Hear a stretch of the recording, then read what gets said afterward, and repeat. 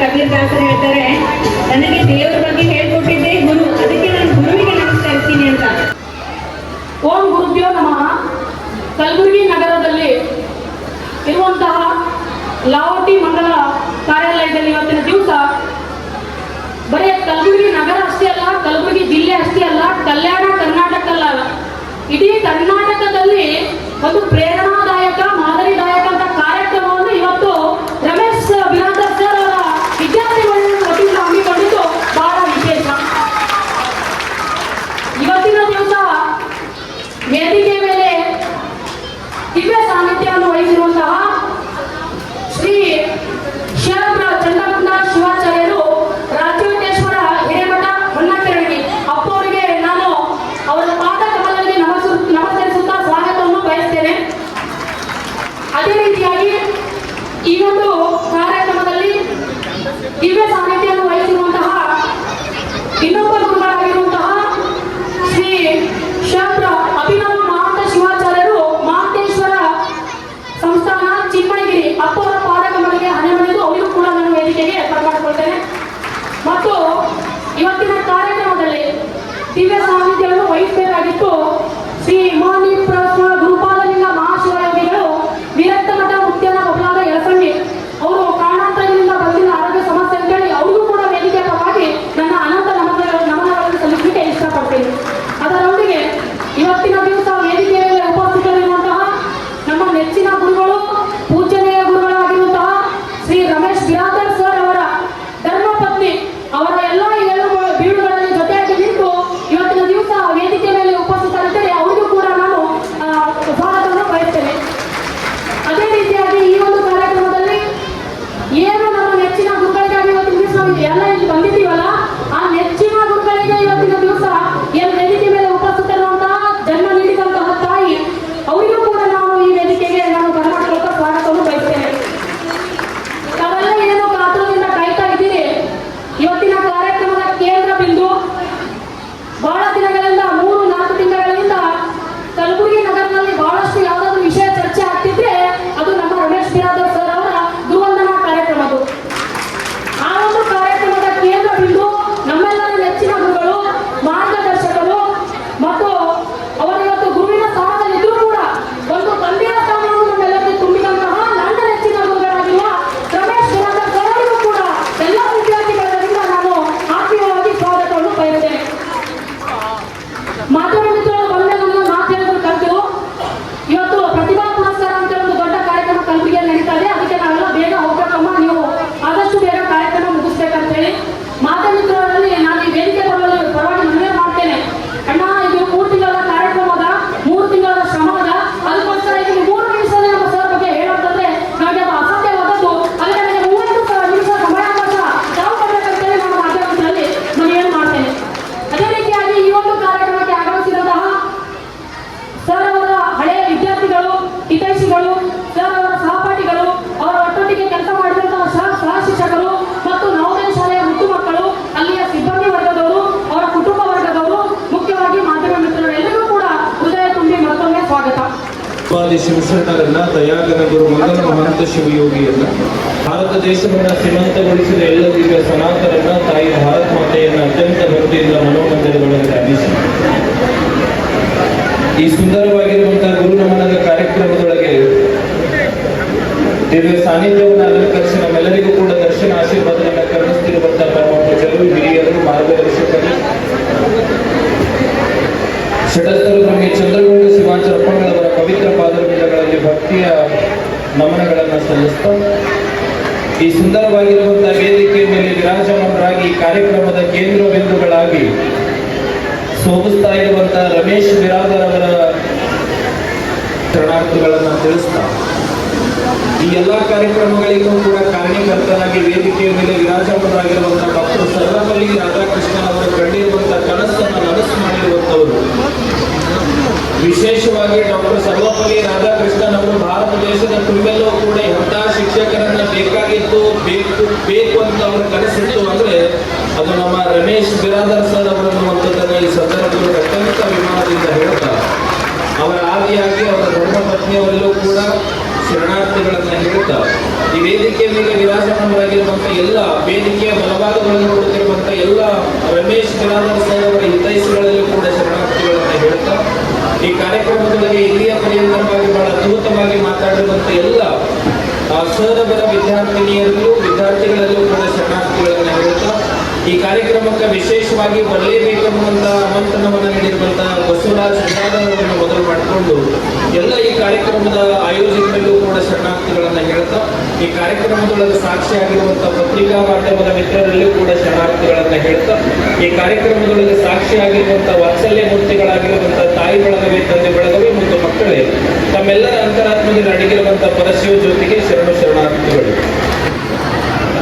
ಒಂದು ಸಮಯ ದೀಪ ಆ ಪಣತಿ ಆರಿರುವಂತ ಪಣತಿಗೆ ದೀಪ ಮುಟ್ಟಿಸ್ತೇವೆ. ಆರಿರುವಂಥ ಪಣತಿಗೆ ದೀಪ ಮುಟ್ಟಿಸುವಂಥದ್ದು ಯಾಕೆ ಮುಟ್ಟಿಸ್ತೀವಿ ಅಂದ್ರೆ ಪ್ರಜ್ವಲನಗೊಳ್ಳಬೇಕು, ಬೆಳಗಬೇಕು ಅಂತ. ಅದೇ ರೀತಿ ಒಳಗೆ ಆ ಪಣತಿಯಲ್ಲಿರುವಂಥ ಜ್ಯೋತಿಯಿಂದ ಕೂಡಿರುವಂಥದ್ದು ಪಣತಿ ಒಳಗಿರುವಂಥ ಎಣ್ಣೆ ಆಗಲಿ ಬತ್ತಿ ಆಗಲಿ ಯಾವತ್ತೂ ಆ ಉಳಿದ ಪಣತಿಗೆ ಕೊಡೋದಿಲ್ಲ, ಆದರೆ ಪ್ರಕಾಶವನ್ನು ಮಾತ್ರ ಕೊಡ್ತದೆ. ಅದೇ ರೀತಿ ಒಳಗೆ ಗುರು ಅನ್ನುವಂಥ ಜ್ಯೋತಿ ಬೆಳಗಿಸುವಾಗ ಶಿಷ್ಯನ ಅಜ್ಞಾನವನ್ನು ಕಲಿಯಲಿಕ್ಕೆ ತನ್ನಲ್ಲಿರುವಂಥ ಯಾವ ವಸ್ತುಗಳನ್ನು ಕೊಡಲಿಕ್ಕಾಗೋದಿಲ್ಲ, ಆದರೂ ತನ್ನಲ್ಲಿರುವಂಥ ಬೆಳಕನ್ನು ಜ್ಯೋತಿಯನ್ನ ಜ್ಞಾನವನ್ನ ದಾರ ಎರೆದಿರುವಂಥವರು ವಿರಾಜಮಾನರು. ಯಾಕೆಂದ್ರೆ ಬದುಕಿನೊಳಗೆ ನಾವು ಸಮುದ್ರ ನೀರು ಯಾರೂ ಕುಡಿಯಂಗಿಲ್ಲ. ಸಮುದ್ರ ನೀರು ಕುಡಿದ್ರೆ ನಮ್ಮ ಆರೋಗ್ಯಕ್ಕೆ ಸರಿಯಲ್ಲ. ಸಮುದ್ರ ನೀರು ನಾವು ಕುಡಿಬೇಕಂತ ಪ್ರಯತ್ನ ಮಾಡಿದ್ರು ಅದು ಉಪಯೋಗ ಬರದೇ ಇರುವಂಥದ್ದು. ಆದರೆ ನೀರಿನ ಮೂಲ ಸಮುದ್ರನೇ. ಅದರೊಳಗೆ ನಾವು ಒಳಗೆ ಹೋದಂಗೆ ಲಕ್ಷಾಂತರ ಪುಸ್ತಕಗಳು ಒಂದು ಮೊಬೈಲ್ನಲ್ಲಿ ಸಿಗ್ತವೆ. ಆದರೆ ಅವು ಎಂದೂ ಗುರು ಆಗಿಲ್ಲ, ಅವು ಎಂದೂ ಮಾರ್ಗದರ್ಶನ ಮಾಡಿಲ್ಲ, ಓದಲಿಕ್ಕೆ ಸಿಗ್ತಾವೆ. ಆದರೆ ಗುರುವಿಗೆ ಇಷ್ಟ ಗೌರವ ಇದಕ್ಕಿಂತ ಹೆಚ್ಚು ಪಡೆದಿರುವಂಥ ಜ್ಞಾನ ಮೊಬೈಲ್ಗೆಲ್ಲ ಭಾಳ ಜ್ಞಾನಿ ಅದ ಅದು. ಆದರೆ ಅದಕ್ಕೆ ಯಾಕೆ ಬೆಲೆ ಕೊಡ್ತಾ ಇಲ್ಲ, ಯಾಕೆ ಮಹತ್ವ ಕೊಡೋಂಗಿಲ್ಲ, ಅದು ಗುರುವಂತ ಮಾನಿಸೋದಿಲ್ಲ ಅಂದ್ರೆ ಹೆಂಗೆ ಸಮುದ್ರದ ನೀರು ಉಪ್ಪಾದರೂ ಸಹಿತ ಆ ಉಪ್ಪಾಗಿರುವಂಥ ನೀರನ್ನು ಸೂರ್ಯನ ಪ್ರಕಾಶದಿಂದ ಆವಿಯಾಗಿ ಮೇಘರಾಜ ಹೊತ್ಕೊಂಡು ಬಂದು ಅದು ಮೇಘ ಸಂಗ್ರಹ ಮಾಡಿಕೊಂಡು ಆಕಾಶದಲ್ಲಿ ಸಂಗ್ರಹಿಸಿಕೊಂಡು ಎಲ್ಲಿ ಬರಡಾಗ್ಯದ, ಎಲ್ಲಿ ಅವಶ್ಯಕತೆ ಅದ, ಎಲ್ಲಿ ಏನು ಕೊಡಬೇಕು ಅನ್ನುವಂಥ ಆಸೆಯನ್ನು ಇಟ್ಟುಕೊಂಡು ಆ ಮೇಘ ತನ್ನಲ್ಲಿ ಸಂಗ್ರಹವಾಗಿರುವಂಥ ಉಪ್ಪು ನೀರನ್ನು, ಹೊಲಸು ನೀರನ್ನು, ಕುಡಿಯಕ್ಕೆ ಬಾರದೇ ಇರುವಂಥ ಸಮುದ್ರದ ನೀರನ್ನು ಸಂಗ್ರಹ ಮಾಡಿಕೊಂಡು ತನ್ನ ಒಡಲೊಳಗಿಟ್ಟುಕೊಂಡು ತನ್ನಲ್ಲಿರುವಂಥ ಆ ನೀರನ್ನು ಶುದ್ಧೀಕರಣಗೊಳಿಸಿ ಈ ನಾಡಿಗೆ ಮಿನರಲ್ ವಾಟರ್ ಆಗಿ ಹರಿದು ಬಿಡ್ತದಲ್ಲ, ಮೇಘ ಸುರಿಸ್ತದಲ್ಲ. ಅದೇ ರೀತಿ ಒಳಗೆ ಹೆಂಗ ಮೇಘರಾಜ ತನ್ನ ಸಮುದ್ರದಿಂದ ನೀರನ್ನು ಹೊತ್ಕೊಂಡು ಬಂದು ಎಲ್ಲಿ ಬರಡಾಗ್ಯದಂತ ಆ ಬರಡು ನೆಲಕ್ಕೆ ಯಾವ ರೀತಿ ಒಳಗೆ ಚರಾಚರ ಪ್ರಾಣಿಗಳಿಗೆ ಒಂದು ನೀರನ್ನು ಕೊಡ್ತದಲ್ಲ, ಅದೇ ರೀತಿ ಒಳಗೆ ಗುರುವಾದಂಥವನು ಕೂಡ ತಾನು ಗಳಿಸಿರುವಂಥ ವಿದ್ಯೆಯನ್ನು, ತಾನು ಸಂಪಾದಿಸಿರುವಂಥ ವಿದ್ಯೆಯನ್ನು ಅದಕ್ಕೆ ಸರಳೀಕರಣಗೊಳಿಸಿ ಜನಸಾಮಾನ್ಯರಿಗೂ ದಡ್ಡರಿಗೂ ಮಂದಮತಿಗಳಿಗೂ ಎಲ್ಲರಿಗೂ ಅರ್ಥ ಆಗುವ ರೀತಿ ಒಳಗೆ ತಮ್ಮ ಜ್ಞಾನಗಂಗೆಯನ್ನು ಹರಿಸಿ ನಿಮ್ಮನ್ನು ಎತ್ತರ ಮಟ್ಟಕ್ಕೆ ಬೆಳೀಲಿಕ್ಕೆ ಕಾರಣೀಭೂತರಾಗಿರುವಂಥವರು ಬಿರಾದರ್ ಸರ್ ಅವರು. ಅಂಥ ಒಂದು ಗುರುವಿನ ಒಂದು ಅಭಿನಂದನೆಯನ್ನ ಇವತ್ತು ಮಾಡ್ತಾ ಇದ್ದೀವಿ. ಈ ನನ್ನ ಗುರುವಂದನ ಕಾರ್ಯಕ್ರಮಕ್ಕೆ ವೇದಿಕೆಯಲ್ಲಿ ಆಸೀನರಾಗಿರ್ತಕ್ಕಂಥ ಶ್ರೀ ಜಯಪುರ ಚಂದ್ರಗುಂಡ ಶಿವಾಚಾರ್ಯರು, ರಾಜೋಟೇಶ್ವರ ಹಿರೇಮಠ ಮುಖೇಗಿ, ಪೂಜ್ಯರ ಪಾದಗಳಿಗೆ ನಮಸ್ಕರಿಸುತ್ತಾ, ಅದೇ ರೀತಿ ಶ್ರೀ ಮಾನಿ ಪ್ರಸ್ವ ಗುರುಪಾದಲಿಂಗ ಮಹಾಶಿವಗಳು ರತ್ನಮಠ ಮುತ್ಯಾಂತ ಬಲಾದಿ ಯಾಸಂಗಿ ಕಲಬುರಗಿ ಇವರಿಗೂ ಕೂಡ ಬರಬೇಕಾಗಿತ್ತು, ಬಂದಿಲ್ಲ. ಅವರಿಗೂ ಕೂಡ ನನ್ನ ಅವರ ಪಾದಗಳಿಗೆ ನಮಸ್ಕರಿಸುತ್ತಾ, ಅದೇ ರೀತಿ ಶ್ರೀ ಶಟಸ್ಥಲ ಬ್ರಹ್ಮ ಅಭಿನವ ಮಹಂತ ಶಿವಾಚಾರ್ಯರು, ಮಹಂತೇಶ್ವರ ಸಂಸ್ಥಾನ ಚೆನ್ನೈಗಿರಿ ಪೂಜ್ಯರ ದಿವ್ಯ ಕಾಲಂಗಳಿಗೆ ನಮಸ್ಕರಿಸುತ್ತಾ, ಅದೇ ರೀತಿ ಈ ಕಾರ್ಯಕ್ರಮಕ್ಕೆ ಆಗಮಿಸಿರುವಂಥ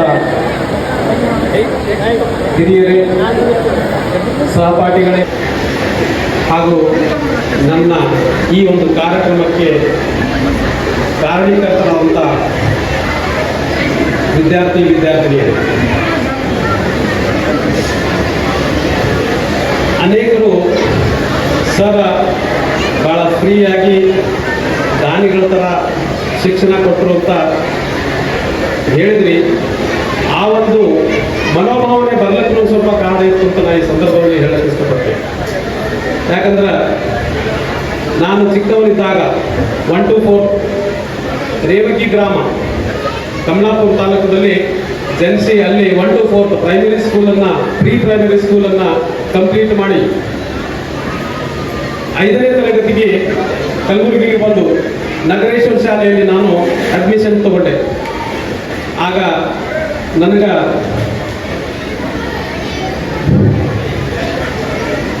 ಮನೆಯಲ್ಲಿ ಇರ್ಲಿಕ್ಕ ಆಸ್ಪದ ಮಾಡಿಕೊಟ್ಟಂತ ನನ್ನ ಸೋದರ ಮಾವಂದಿರು ಇಲ್ಲಿ ಬಂದಿರಬಹುದು, ಬಸವರಾಜ್ ಜನಕಟ್ಟಿ ಮತ್ತು ಶಂಕರ್ ಜನಕಟ್ಟಿ ಅಂತ. ಅವರು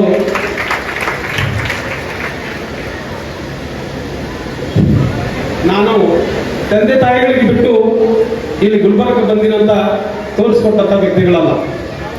ಯಾಕಂದ್ರೆ ಅವರು ನನಗೆ ನೋಡಿಕೊಂಡಂಥ ರೀತಿ ತಂದೆ ತಾಯಿಗಳ ಥರ ನೋಡ್ಕೊಂಡಿದ್ದಾರೆ. ಅದೇ ರೀತಿ ಅವರಲ್ಲಿ ಎಲ್ಲಿ ಇದ್ರು ಅವರು ಅಂದ್ರೆ ರಾಜಶೇಖರ್ ಪೆದ್ದಿಯವರ ಮನೆಯಲ್ಲಿ ಅವರು ಬಾಡಿಗಿದ್ರು. ಅವ್ರು ಹೇಗಿದ್ರು ಅಂದ್ರೆ ಅದು ಇವತ್ತ ಯಾವೊಬ್ಬ ವ್ಯಕ್ತಿನೂ ಇರ್ಲಿಕ್ಕಿಲ್ಲ ಅಂತ ಅನಿಸ್ತು. ಶಶಿಕಲಾ ಪೆದ್ದಿ ಮತ್ತು ರಾಜಶೇಖರ ಪೆದ್ದಿ ಅವರು ನನಗನ್ನಿಸ್ತದ ಆ ದೇವರಿಗಿಂತ ಆದದ್ದು ಅಂಥ ವ್ಯಕ್ತಿಗಳಾದಂತ. ಯಾಕಂದ್ರೆ ನಾನು ನಮ್ಮ ಮಾಮರ ಮನೆಯಲ್ಲಿ ಇದ್ದಾಗ ಪ್ರೈಮರಿ ಸ್ಕೂಲ್ ಮತ್ತು ಹೈಸ್ಕೂಲ್ ಓದ್ತಿದ್ದಾಗ ನಮ್ಮ ಊರಿಂದ ಬುತ್ತಿ ಬರ್ತಿತ್ತು. ಬರುವಂಥ ಸಂದರ್ಭದಲ್ಲಿ ಅಂದರೆ ಇವರು ಸ್ವಲ್ಪ ಹೈಸ್ಕೂಲಲ್ಲಿ ಓದುತ್ತ ಸಂದರ್ಭದಲ್ಲಿ ನಮಗೆ ಒಂದು ದಿವಸ ಬುತ್ತಿ ಬರಲಿಲ್ಲ ಅಂದ್ರೆ ಶಶಿಕಲಾ ಅಕ್ಕವರಂತೆ ನಾವು ಹೇಳ್ತಿದ್ದೀವಿ. ಅವರು ಶಶಿಕಲಾ ಪೆದ್ದಿಯವರು ನಮಗವತ್ತ ನಾವು ಉಪವಾಸ ಇರ್ತಿರ್ಲಿಲ್ಲ. ಹುಡುಗರಿಗೆ ಊಟ ಬಂದಿಲ್ಲ ಅಂತ ತಿಳ್ಕೊಂಡ್ರೆ ಬಿಸಿ ಊಟ ನಮಗೆ ನಡೆಯುತ್ತಿತ್ತು. ಅಂತ ಒಂದು ಸಂಸ್ಥಾನ ಪೆದ್ದಿಯಕ್ಕವರು ನನಗೆ ಬೆಳೆಸಿಕೊಟ್ಟಿದ್ದಾರ. ಮುಂದಿನ ದಿನಗಳಲ್ಲಿ 93 ಮತ್ತು 94ರಲ್ಲಿ ನಾನು ಬಿರಾದಾರ್ ಟ್ಯುಟೋರಿಯಲ್ ಅಂತ ಒಂದು ಕ್ಲಾಸ್ ಸ್ಟಾರ್ಟ್ ಮಾಡ್ತಾ ಫಸ್ಟ್ ಪ್ರಪ್ರಥಮವಾಗಿ ಅಲ್ಲಿ ಒಂದು ರೂಮ್ ಹಿಡ್ಕೊಟ್ಟಂಥವ್ರು ನಮ್ಮ ಜಗದೇವ ಪತ್ತೆಲ್ಲವರು ಅಂತ ಅವರು ಕೂಡ ಇಲ್ಲಿ ಬಂದಿರ್ಬೋದು ಅಂತ ನಾನು ಅನ್ಕೋತೀನಿ. ಆ ಬಡಾವಣೆಗೆ ನಾವು ಕರ್ಕೊಂಡು ಹೋಗೋರು ಅವರೇ. ಅಲ್ಲಿ ಕೇವಲ ಆವತ್ತ ಆ ಒಂದು ರೂಮಿನ ರೆಂಟ್ 160 ರೂಪಾಯಿ. ಆ ಚನ್ನೂರು ಅಜ್ಜಿಯವರಿದ್ರು, ಅವ್ರ ಮನೆ ಇವತ್ತು ನನ್ನ ಹತ್ರ ಕೂತಿದ್ದಾರೆ. ನಾನು ಅವ್ರ ಪಾದಗಳಿಗೆ ನಮಸ್ಕರಿಸ್ತೀನಿ. ಯಾಕಂದ್ರೆ ಆ ಚನ್ನೂರು ಅಜ್ಜಿಯವರು 150 ರೂಪಾಯಿ ನಮ್ಮಲ್ಲಿ ಕಿರಾಯಿ ತೊತ್ತಿದ್ರು. ಆದ್ರೆ ಅದಕ್ಕಿಂತ ಹೆಚ್ಚಿಗೆ ಅವ್ರನ್ನೆಲ್ಲ ಊಟ ಮಾಡಿದ. ಯಾಕಂದ್ರೆ ಮೆಸ್ನಾಗಿದ್ದ ನನಗೆ 5 ರೂಪಾಯಿ ಹೋಗ್ತಿದ್ದಲ್ಲ, ಅವ್ರು ನನಗೆ ಬಿಟ್ಟು ಊಟ ಮಾಡಿಲ್ರಿ. ಅಂತ ಎಲ್ಲ ಸಂಸ್ಕಾರ ನನಗೆ ಬೆಳೆಸ್ಕೊಂಡು ಬಂದು ಅಂತ ನಮಗೆ ಈ ಸಂದರ್ಭದಲ್ಲಿ ಹೇಳಕ್ಕೆ ಇಷ್ಟಪಡ್ತೀನಿ. ಯಾಕಂದ್ರೆ ಆ ತಾಯಿಯ ಋಣ ನಾನು ಮುಟ್ಟಿಸಲಿಲ್ಲ. ಯಾಕಂದ್ರೆ ಅವರಿಗೆ ಆರಂಭಿಸಿದಂಥ ಸಂದರ್ಭದಲ್ಲಿ ನಾನು ಸ್ವಲ್ಪ ಹೆಚ್ಚಿಗೆ ಟೈಮ್ ಕೊಡಬೇಕಂತ ಆ ಸಂದರ್ಭದಲ್ಲಿ ನನಗೂ ಸ್ವಲ್ಪ ಹೆಚ್ಚು ಪ್ರಾಬ್ಲಮ್ ಆಗಿತ್ತು ಅಂತ ಈ ಸಂದರ್ಭದಲ್ಲಿ ಹೇಳಕ್ಕೆ ಇಷ್ಟಪಡ್ತೀನಿ. ಆ ತಾಯಿಯ ಋಣ ಇನ್ನೊಂದು ನನ್ನ ಮೇಲದ. ಅದೇ ರೀತಿ ನಾನು ಮುಂದೆ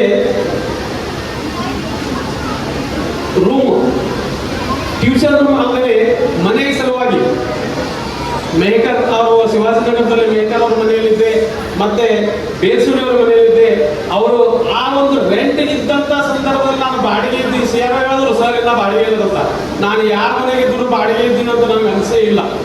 ಯಾಕಂದ್ರೆ ನಾನು ಯಾವಾಗ ಕೊಟ್ಟ ಅವ್ರಿಗೆ ಕರೆ ಜಯಶ್ರೀ ಮೇಡಮ್ ಅವರ ಇವತ್ತು ನನ್ನ ತಾಯಿಗಿಂತ ಅವರು ಹೆಚ್ಚಿಗೆ ನೋಡ್ಕೊಂಡದವರು. ಬಾಲಚಂದ್ರ ಬೇಸೂರಿಯವರು ಕೂಡ ಅವರು ನನಗೆ ತಾಯಿ ತಂದೆಗಿಂತ ಅವ್ರು ಹೆಚ್ಚಿಗಿದ್ರು. ಅಂತ ಒಂದು ಸಂಸ್ಕಾರ ಬೆಳೆಸ್ಕೊತ ಬಂದಂತವ ನಾ ವಿದ್ಯಾರ್ಥಿಗಳಿಗೆ ಸಂಸ್ಕಾರ ಕೊಡ್ಲೇಬೇಕಲ್ರಿ. ಅದಕ್ಕೆ ಮುಂದಿನ ದಿನಗಳಲ್ಲಿ ಸ್ಕೂಲ್ ಸ್ಟಾರ್ಟ್ ಮಾಡಿದ್ವಿ. ಅವರು ಈಗ ಮಚ್ಚೇಟಿ ಬಾಲಕರ ಬಿಲ್ಡಿಂಗ್ ಸ್ಕೂಲ್ ನಡೆಸ್ತೀನಿ. ಅವರು ಕೂಡ ನಾವು ಪಟಾಕಿರೆ ಹೋಗ್ತಾರೆ. ಈಗಿನ ಪ್ರೆಸೆಂಟ್ ಡೇ ಹೇಳ್ತೀವಿ ಅಂತ. ಆದ್ರೆ ನಾನು ವಿದ್ಯಾರ್ಥಿ ಕೊಟ್ಟಿನಿ, ಅದೇ ರೀತಿ ನನ್ನನ್ನು ಕೂಡ ಹಂತಗಳು ಸಿಕ್ಕಾರೆ ಅವರು ಅಂತ ಒಂದು ಸಂದರ್ಭ 84ರಲ್ಲಿ ಬಿರಾದರ್ ಚಟೂರಿ ಅಂತ ಒಂದು ಕ್ಲಾಸ್ ಸ್ಟಾರ್ಟ್ ಮಾಡಿದೆ. ಆ ಸ್ಟಾರ್ಟ್ ಮಾಡೋದಂಥ ಸಂದರ್ಭದಲ್ಲಿ ನಮ್ಮಲ್ಲಿ 10th ಕ್ಲಾಸ್ ಆಗಿದ್ದಂಥ ವಿದ್ಯಾರ್ಥಿಗಳು ಕೇವಲ 8 ಜನ. ಅವರು ಆ ವರ್ಷ ಒಬ್ಬರು ಪಾಸ್ ಆಗಲಿಲ್ಲ. ಯಾಕಂದ್ರೆ ರಿಯಲಿ ಯಾಕಂದ್ರೆ ಫಸ್ಟ್ ವರ್ಷದ ಹ್ಯಾಂಗ್ ಹುಡುಗರಿಗೆ ಹೇಳ್ಬೇಕಂತೂ ನನಗೆ ಅಷ್ಟು ನಾಲೆಜ್ ಇದ್ದಿಲ್ಲೇನೋ ಅಂತ ಅನಿಸ್ತು. ನನಗೆ ಒಬ್ಬರು ಪಾಸ್ ಆಗಲಿಲ್ಲ. ಆದ್ರೆ ಆ ವರ್ಷ 3rd ಅಥವಾ 4th ಸ್ಟ್ಯಾಂಡರ್ಡ್ ಅಲ್ಲಿ ಇದ್ದಂಥ ಒಂದು 3 ವಿದ್ಯಾರ್ಥಿಗಳು ನಾನು ಕತೆ ಹೇಳ್ತೀನಿ. ಯಾಕಂದ್ರೆ ನಾನು ಪೂರಾ ಟೋಟಲ್ ಬರ್ಕೊಂಡು ಬಂದು ಹೇಳ್ತೀನಿ. ಯಾಕಂದ್ರೆ ಯಾವಾಗಲೂ ಬರ್ಕೊಂಡು ಬಂದು ಭಾಷಣ ಮಾಡೋದು ಆ 30 ವರ್ಷಗಳ ಹಿಂದಿನ ಕಥೆಗಳನ್ನು ಹೇಳ್ತಾ ಇದ್ದೀನಿ. ಅದು ಇವತ್ತು ಬರ್ಕೊಂಡು ಬಂದು ಹೇಳ್ತಾ ಇದ್ದೀನಿ. ಅಂದ್ರೆ ಆ 3 ವಿದ್ಯಾರ್ಥಿಗಳ 10th ಫೇಲ್ ಆಗ್ಯದ. 3 ವಿದ್ಯಾರ್ಥಿಗಳಿಗೆ ಹೇಗೆ ಕಲಿಸಿದ್ರೆ 3rd ಅಥವಾ 4th ಸ್ಟ್ಯಾಂಡರ್ಡ್ ಅಲ್ಲಿ ಇದ್ರು. ಅವರು ಹಿಂಗ